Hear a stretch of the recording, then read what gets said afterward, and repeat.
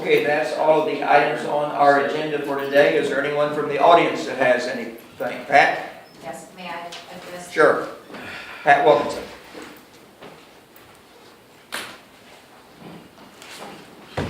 I guess I came on an appropriate day since you're talking about dust. Yes, you did. This is what the Blacktop Road looks like now in front of my house. This is what we talked about the other day. Yes, it Right? is. Okay, here's some other pictures, and on the back it tells what's there. Okay, on Thursday, April the 28th, when I came home from the hospital, I found the chip and seal road in front of my house had been scar-farred and covered in over 4 inches of construction-grade gravel which contains dirt. There are chunks of broken asphalt and gravel in the edge of my yard and along the road, which I've kept mowed for over 2/10 of a mile. I can no longer mow these areas without ruining my lawnmower blades. On April the 15th, I had gone to the county highway garage and asked for the holes in the chip and seal in front of my house to be filled with patch. Justin filled out a request and noted the road, which is County Road 200 North. We have lived there since 1970. Each spring, we have put down 300 feet of oil on the gravel road from the garden on the east of our house, past the house to the shed on our west. A few years ago, our road was chip and sealed from the blacktop at County Road 300 East to the blacktop at Sunnyfield Road. I can't describe how wonderful it was to be able to drive down our road without having a continually dirty car. Being able to work in the garden, mow the grass, sit in the yard, and have the house windows open without being covered in dust. That lasted only a few short years. Since the roadbed was not properly prepared and the chip and seal maintained, the road began to deteriorate and break up. Without good drainage, water from heavy rains ran down the middle and the edges of the road instead of into the ditches, which ate away at exposed areas. The water could not get into the ditches because of the berm along the edges of the road was not cut down. Therefore, the roadway acted as a canal for the water to run down. During the past couple of years, on its way to gravel roads, the county road grader would scrape away areas of the chip and seal on County Road 200 North. At one point, the man running the grader lowered the blade as he went down the middle of the road and scraped the road from the top of the hill west of our house to the bottom of the hill. That opened up the road to more degradation, which speeded up its deterioration. Each year, the deteriorating part of the road was scraped away even more and covered with gravel, which got closer and closer to our house. This spring, the only hard-topped road between 300 East and Sunnyfield Road was from our shed to the west of our house to the neighbor's driveway to the east of our house, which is only about 400 feet, maybe 500. We live on the north side of the road. There is a great deal of traffic going both east and west. The general direction of the wind is from south to north. When vehicles come racing from the east, the dust is dragged behind them onto our hardtop road and blown on our property. As a result, when I worked in the yard and a vehicle came from the east, I was covered in dust, which lingered in the air for some time. Since last Thursday, there will be no time I can go outside or even open windows without being enveloped in dust from passing vehicles. Many flowers in my yard will be covered in dust, as will the vegetable garden and me when I mow or try to work outside.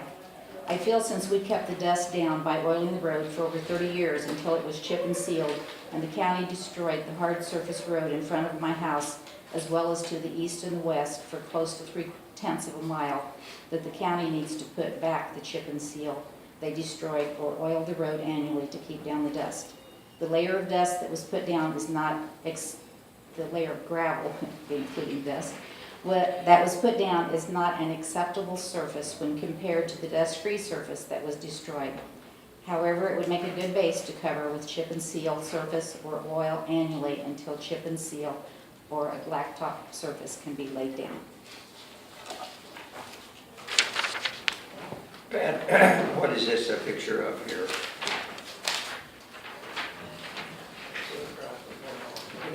What is this? Okay, this is in my driveway looking out to what had been hardtop road. That's the way it was? Yeah, Okay. this is the way it is now. That's the way it is now? That pile of Okay. dirt and gravel. Okay. This is Road 200 North, and this is my driveway. Okay. And that's the way it is now? That's the way it is now, yes. Now, this actually is further west from my house. It's looking at 300, and the reason I took this picture is because the water cannot get over the berm into the ditches, as you'll see in the rain picture. What's that right there? Well, whenever we had this huge rain, all of the leaves in the ditch washed down and piled up real high there. So that's not in front of my house, but it is Road 200 North. And So this is afterwards. yeah, there's big humps of what they scar-fired along the edge of the road. And, The place is right here. okay, this is the same picture as this one, pretty much, only it shows the water running down the road because it can't get into the Okay. ditches.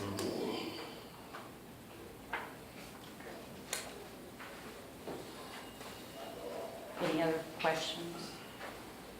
Not right now. Brad, you want to look at these? No, I don't need to. Okay. I know all about the situation. You put it down, right? Mm-hmm. Mm-hmm. Yep. Thank you. Yep. You're welcome. Now, when You gotta when you realize- get the chip and soil and the oil on top, it'll be great. Can I speak? Come on up. Open forum right now. Unfortunately. Thank you, Ms. Wilkinson. Unfortunately, none of us like to be in this situation, especially me. We have to make certain decisions and everything. A few things you addressed on there that I really liked was is we don't have no basin under the road, we don't have no ditches. We've been working diligently over the last couple of years to change that practice. The commissioners has given me some tools. We've actually been doing hydraulics reports on the right size culverts. We've been doing all these things. The problem is that chip and seals was so weak that the log trucks and everything like that, when you mentioned come down and scrape the middle of the road, that was before my tenure. But the thing about it was the log trucks heaved it up the middle. It This was only about gentleman. that high. How high? It was only about that high, which Right. isn't gonna scrape anybody's Honda car. Civic. Honda Civic. Then, The gentleman sitting right next to you gets 20 calls a week. But anyway, through the insurance. So there comes a liability issue. The insurance company goes, we've had a report of a broken rim, we've had a broken this, we've had a broken that. We try to repair chip and seal roads to the point where a Durapatcher runs about $3,000 a day, okay, to run it, oil, men, and everything. We have 3 of them. So it's $1,000 a day for each. We try to do this as long as we can maintain that stretch of road. And then it becomes economic, not feasible to do that. So we have to put down multiple layers of base over time. That road's under construction. That's not a finished product. But, you know, with our limited people, we'll have to keep adding, we'll have to keep adding, we'll have to keep adding. We'll have to address the berms. We'll have to address the ditches. We have been doing that. But then, if we're ever going to get to the point where they get money again to go over the whole county and start this chip and seal project where they borrowed the money before and do that, what I would like to see is make sure the roads are rocked, based, with more than just a thin layer. The ditches are done and the berms are cut off. Now, it's a very, very tough decision, as these guys know, that we have to make between insurance claims, cars dragging down the road. Mr. Fenwick had that road scheduled 2 years ago to rip up. We saved it 2 extra years, what we did in front of your house. He had it on his list. I can pull the paperwork. That road was supposed to be gone a long time ago. We don't like doing that. We don't like doing it from anybody's houses. And unfortunately, we're getting to the point now where we can save some money on this Durapatch and where we can provide a 50-50 dust control program. We've never been able to offer that before. You know, this is a vision that we've been looking at for a long time. We were somewhat behind on our road maintenance. Yeah, I mean, it was terrible. There was no plans, there was no engineering, there was no thought process. Get a 3-inch rain, roads is gone. Get an inch rain, we're out all next day fixing it. Repairs after repairs after repairs. We got so tired of going back and fixing the same problems over and over. So we called in a specialist, we called in engineering, we called in Mr. Wilson from CPI, we called in other people to come in and give our engineering free, because we do business with them, to get our hydrology reports right. So when we have an event, it's less and less and less. We work with FEMA. We've got $168,000 back from the last flood that they paid matching with. They paid 75%, we paid 25%.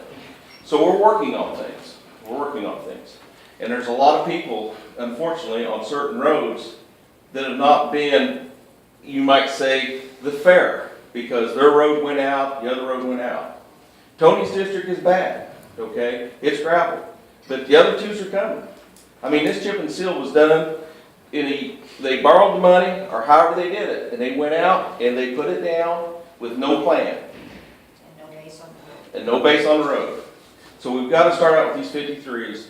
We have to keep adding 8s. We have to keep doing the drainage. And when these guys get the money, we'll put her down.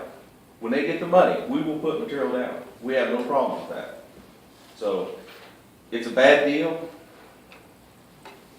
And I understand where everybody's coming from.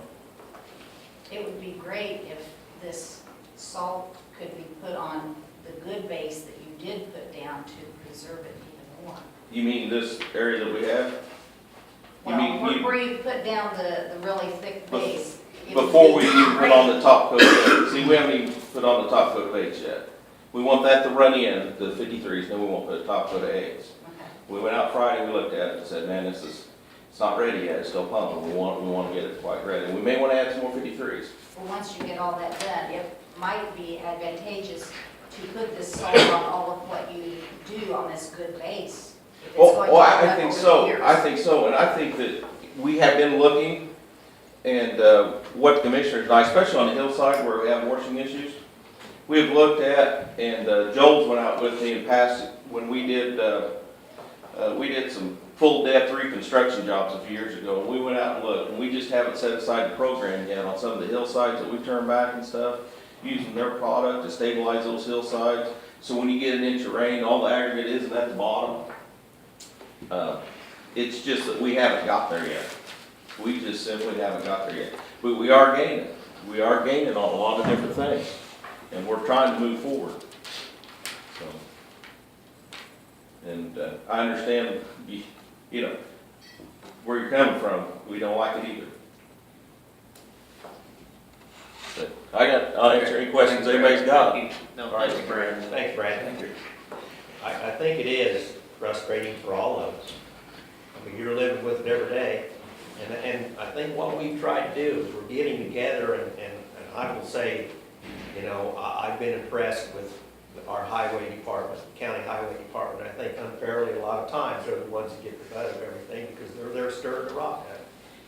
But I've been impressed with what we have and the money we have, how hard these guys work, and Brad's at the head of that. And so far, I'm really happy with the way they do. However, we have these deals every day, and it's tough. And hopefully, we're getting some plans together. That is part of it, where you're coming from. Hopefully, with the state's going to be sending us some stuff here before long, some money, I hope, and we'll see what we can do. But it's tough out there, but I appreciate where you're coming from. And it kind of comes back again to what I said to begin with.